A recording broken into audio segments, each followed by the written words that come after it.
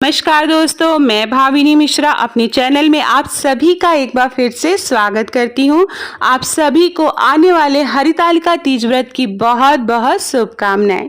इस वीडियो में मैं आपसे शेयर करूंगी हरितालिका तीज व्रत की संपूर्ण पूजा विधि सरल तरीके से घर में कैसे करते हैं। ये पिछले साल की रिकॉर्डिंग है, ये ओरिजिनल पूजा मैंने ऐसे ही की थी और मैं हर साल इसी तरह से पूजा करती हूँ। उसकी रिकॉर्डिंग कर ली थी, वो मैं आपसे शेयर कर रही हूँ। तो पूजा सामग्री का वीडियो मैं ऑलरेडी बना चुकी हूं, तो आप मेरे चैनल पर जाके देख सकते हैं।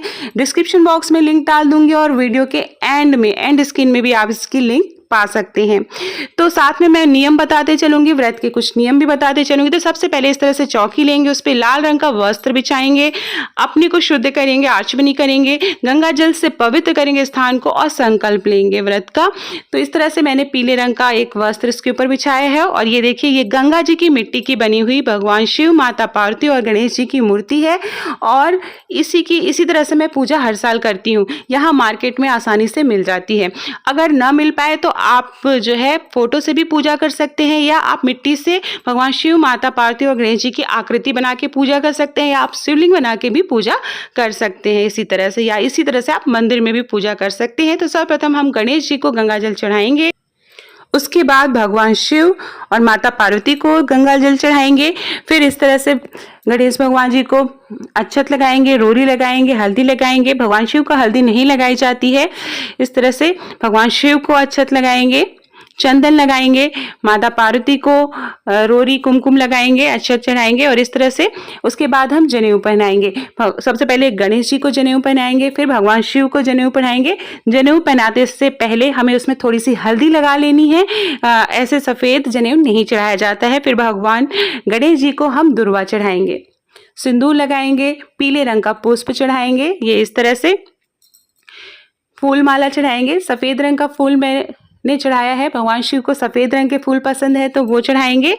इसके बाद जो है, ये देखिए अपराजिता का फूल है, तो भगवान शिव को इस तरह से अपराजिता के फूल मेरे घर में लगे हैं इसलिए मैं चढ़ा रही हूँ। आप लोग को ना मिल पाए तो कोई बात नहीं, जो चीजें आसानी से उपलब्ध हो पाए उसी से हमें पूजा करनी है। जो नहीं मिल पाए उसके लिए परेशान नहीं होना है। भगवान सच्चे भाव से पूजा देखते हैं, आप श्रद्धा और सच्चे भाव से हमें पूजा करनी है। भगवान शिव को बेलपत्र चढ़ाएंगे, तो बेलपत्र जो है वो 5, 7, 11 इस तरह से संख्या में चढ़ाया जाता है। तो इस तरह से बेलपत्र चढ़ाएंगे। बहुत से लोग अभिषेक करते हैं भगवान शिव का, तो अगर आप शिवलिंग की पूजा कर रहे हैं, मंदिर में पूजा कर रहे हैं, तो आप इस तरह से अभिषेक कर सकते हैं। उसमें आपको चाहिए गंगा जल, गाय का कच्चा दूध, फिर हमको चाहिए दही, शहद और शुद्ध देसी घी, तो इससे अभिषेक किया जाता है। तो आप ऐसे अभिषेक कर सकते हैं। समी के पत्ते चढ़ाएंगे, अपराजिता का फूल मैंने चढ़ाया है, धतूरा ये इस तरह से चढ़ाएंगे, भांग के पत्ते चढ़ाएंगे। तो ये सारी चीजें आसानी से किसी भी फूल की दुकान पे मिल जाएगी, जैसा कि मैंने बताया, तो आप वो चढ़ा सकते हैं। इसमें से कोई चीज आपको नहीं मिल पा रही है तो कोई बात नहीं, आप परेशान नहीं होइएगा। जो चीज आसानी से मिल पाए उसी से हम पूजा करेंगे। तो छोटी छोटी बातों का हमें ध्यान रखना है। देखिए, जिस दिन व्रत रखेंगे उस दिन हमें शांत भाव से पूरे दिन भर भगवान ओम नमः शिवाय का जाप करते रहना है। भगवान शिव, माता पार्वती को याद करते रहना है। ये देखिए, ये सारी चीजें हम चढ़ा देंगे। उसके बाद ये देखिए, सिंदूरा रखा है मेरा बगल में, पूजा में मैं यही सिंदूरा यूज करती हूँ, तो इसी को हम बगल में रखेंगे। ये देखिए, मैंने ऊपर फुलेरा लगा दिया है। इस तरह से फुलेरा लगाने की प्रथा है, तो बहुत ही आसानी से मिल जाता है। आप चाहे तो अब घर में फूल से भी बना सकते हैं। उसके अलावा भगवान शिव का मुकुट भी मिलता है हमारे यहाँ, तो उस दिन मिल नहीं पाया तो आप भगवान शिव का मुकुट भी लगाया जाता है। तो इसके बाद ये देखिए, इस तरह से मैंने एक कलश में जो है कमल का फूल लगाया हुआ है। तो जो कलश स्थापना, बहुत से लोग पूजा में कलश स्थापना करते हैं, लेकिन जब मैंने पहली पूजा की थी तो मैंने कलश स्थापना नहीं की थी। तो मैं कभी भी हर पूजा में कलश स्थापना नहीं करती हूँ। इस तरह से चावल पे एक लुटकी रखती हूँ पानी भरकर, उस पर अगर कमल का फूल मिल पाए तो रख देती हूँ। नारियल चढ़ाएंगे, नारियल बेहद ही शुभ फल माना जाता है, तो हम सबसे पहले नारियल चढ़ाएंगे। उसके बाद आप जो भी फल आसानी से उपलब्ध हो पाए, सेब, केला, जो भी मौसमी फल आपको आसानी से उपलब्ध हो पाए वो हम चढ़ाएंगे। ये देखिए, इस तरह से हमने फल चढ़ा दिया। तो चूँकि तीज है तो 3 की संख्या में मैं चढ़ा रही हूँ, बहुत से लोग ज़्यादा भी चढ़ाते हैं, लेकिन हमारे यहाँ 3 तीज है तो 3-3 फल इस तरह से चढ़ाते हैं। इसके बाद इस तरह से जो भी आपने मीठी चीज़ घर में भोग लगा के भोग के लिए बनाई हो वो आप चढ़ा सकते हैं। बहुत सी जगह गुजिया बनाने की भी प्रथा है, तो गुजिया भी भोग में रखी जाती है, हलवा पूड़ी भोग में रखा जाता है और उसी से अगले दिन व्रत का पारण किया जाता है। उसके बाद ये देखिए सुहाग की थाली है, माँ पार्वती को श्रृंगार का सामान चढ़ाएँगे। तो श्रृंगार के सामान में चूड़ी, बिंदी और सिंदूर ये जो है मेन चीज़ है। बाकी आप सामान ना भी ला पाएँ तो ये 3 चीज़ें हमें ज़रूर चढ़ानी होती है। उसके बाद आप साड़ी, कपड़ा, ब्लाउज पीस भी बहुत से लोग चढ़ाते हैं। तो बिंदी एक माँ पार्वती को लगा देंगे, सिंदूर माँ पार्वती को लगा देंगे, एक चूड़ी पहना देंगे माँ पार्वती को, मेहंदी लगा देंगे। तो जो भी श्रृंगार का सामान आप लाए हैं वो माँ पार्वती को उससे उसका श्रृंगार करेंगे और बाकी सामान हम बगल में माँ को चढ़ा देंगे इस तरह से देखिए। और ऐसा माना जाता है कि ये जो सुहाग की थाली है उसके बाद ये जो श्रृंगार का सामान और सुहाग की थाली जो है वो अपनी सासू माँ को दी जाती है। सासू माँ को दे के एक कपड़े के साथ जैसे साड़ी आप चढ़ा रहे हैं तो वो साड़ी और सुहाग का सामान और कुछ उसमें कुछ पैसे रख के जो है अपनी सासू माँ को दिया जाता है और उसके बाद उनसे आशीर्वाद लिया जाता है। या फिर आप किसी सुहागिन महिला को दे सकते हैं। ससुराल पक्ष में आपके जो भी हैं जैसे ननद है, देवरानी है, जेठानी है, आप उनको भी दे सकते हैं। देखिए सारा सामान, जितना सामान आप माँ पार्वती को चढ़ाना चाहें आसानी से ला पाए वो सारी श्रृंगार के सामान हमको चढ़ाने होते हैं। साथ में आप भी जब पूजा करेंगे तो आपको भी 16 श्रृंगार करना है। पैर में महावर जिसको आलता बोलते हैं वो ज़रूर लगाएं, हाथों में मेहंदी ज़रूर लगाएं और अपना शादी का जो मांग टीका है और नथिया है वो ज़रूर पहने अगर हो पाए। शादी की जो चुनरी होती है वो ज़रूर जो है पूजा में, किसी भी पूजा में बैठते हैं अगर आपको आसानी से मिल पाए तो वो शामिल करें।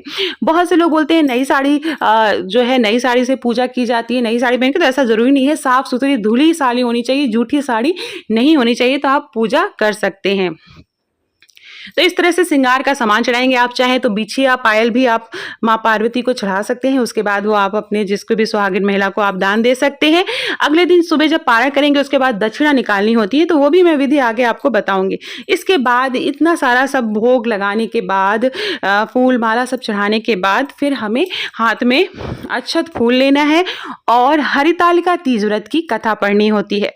तो देखिए कथा आप खुद पढ़ सकते हैं, आजकल इंटरनेट पे आसानी से मिल जाएगी, आप वहां से ढूंढ सकते हैं। मेरे चैनल पर भी हरितालिका तीज व्रत की कथा है, आप वहां से भी सुन सकते हैं। डिस्क्रिप्शन बॉक्स में भी मैं लिंक डाल दूंगी, आप वहां से भी देख सकते हैं। तो इस तरह से मैंने खुद ही पढ़ी हरितालिका तीज व्रत की कथा, ये इस तरह से। तो पूरी हमें कथा पढ़नी है हरितालिका तीज व्रत की, और कथा पढ़ने के बाद जो हाथ में आपके पुष्प लिया है वो हम अर्पित कर देंगे। माँ को सिंदूर चढ़ाएंगे। तो हमारे यहाँ वैसे तो बहुत सी जगह 5 बार चढ़ाया जाता है, हमारे यहाँ 7 बार सिंदूर चढ़ाया जाता है माँ पार्वती को। और अच्छे से सिंदूर लेंगे ताकि हम सुहाग ले सकें, हमको फिर वहीं से सुहाग अपने मांग में भरना होता है। तो अच्छे से सिंदूर चुटकी चुटकी से आप 7 बार माँ पार्वती को अर्पित करेंगे। उसके बाद हमें आरती करनी है। भगवान गणेश जी की आरती सर्वप्रथम करेंगे, उसके बाद भगवान शिव की आरती करेंगे और फिर हमें माता पार्वती की आरती करनी है। इस तरह से हम आरती करेंगे। कपूर डाल के आप आरती करें तो बहुत अच्छा है। आरती करने के बाद एक चीज़ और ध्यान रखिए, घर के अगर सभी सदस्य पूजा में शामिल हो पाए तो बहुत अच्छा है। अपने पति को पूजा में जरूर शामिल करें और आप चाहें तो उन्हीं से कथा सुन सकते हैं। तो ये देखिए इस तरह से आरती करेंगे। फिर आरती आप जो है आरती फिर भगवान इस तरह से आरती की आचमनी करेंगे, 3 बार इस तरह फेरेंगे, भगवान को आरती देंगे और उसके बाद फिर घर के सभी लोगों को आरती देंगे। तो घर के सभी बच्चे बुजुर्ग सभी पूजा में शामिल हो तो बहुत ही अच्छा होता है, घर के बच्चों के अंदर अच्छे संस्कार आते हैं। तो इस तरह से आरती करने के बाद फिर हमें सुहाग लेना होता है। तो इस तरह से 7 बार हम सुहाग लेंगे। 7 बार हमें अपने मांग में सिंदूर लगाना होता है। फिर हाथ धो के, क्योंकि ऐसा माना जाता है खुद सिंदूर लगाएंगे तो हाथ जूठा हो जाता है, तो फिर से हमें हाथ धोना है और फिर से हमें 7 बार माँ पार्वती, देखिए इस तरह से हाथ धो लेंगे। उसके बाद फिर से 7 बार माँ पार्वती को सिंदूर चढ़ाना है। क्यों? क्योंकि हमें फिर सुबह सुहाग लेना होता है।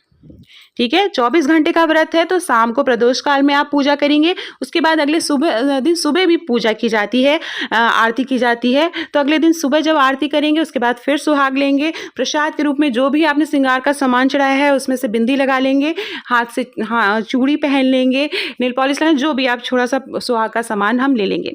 एक बार और एक ऐसा माना जाता है कि 4 पहर की पूजा की जाती है। तो हमारे यहाँ रात के 12 बजे भी एक बार पूरा जो कपड़ा हम लोग पहने रहते हैं, नए साड़ियाँ, वो उस समय भी जाके हम भगवान को प्रणाम करते हैं और आशीर्वाद लेते हैं। तो ये थी संपूर्ण पूजा विधि। अगले दिन सुबह भी हमें पूजा करके, आरती करके, उसके बाद व्रत का पारण करना होता है। तो ये देखिए, और उसके बाद हमें सामान चौकी कैसे हटानी है, इसका वीडियो भी मैं अगले नेक्स्ट वीडियो में आपको बताऊँगी। तो अगले दिन सुबह पारण करने की का तरीका भी मैं आपको बता दूं। अगले दिन सुबह जब भगवान गणेश, माता पार्वती और शिव की हम जो है आरती कर लेंगे, उसके बाद हमारे यहाँ चना निगला जाता है। जैसे एक भाई है तो एक चना निगल के हमें पानी पीना होता है, उसके बाद हम प्रसाद ग्रहण करते हैं। तो इस तरह से हमारे यहाँ पारण किया जाता है। तो 24 घंटे का व्रत है। जब अगले दिन सूर्योदय होता है उसके बाद ही हमें पारण करना होता है, इस बात का हमें ध्यान रखना है। फिर बड़ों का आशीर्वाद देना है, दक्षिणा निकालनी है। किसी पंडित जी और ज़रूरतमंद को दक्षिणा और सीधा निकाला जाता है। एक दिन का खाना भोजन खिलाया जाता है। तो इस तरह से हमें दान दक्षिणा करनी चाहिए, बड़ों का आशीर्वाद देना चाहिए। बहुत बहुत धन्यवाद ये वीडियो देखने के लिए।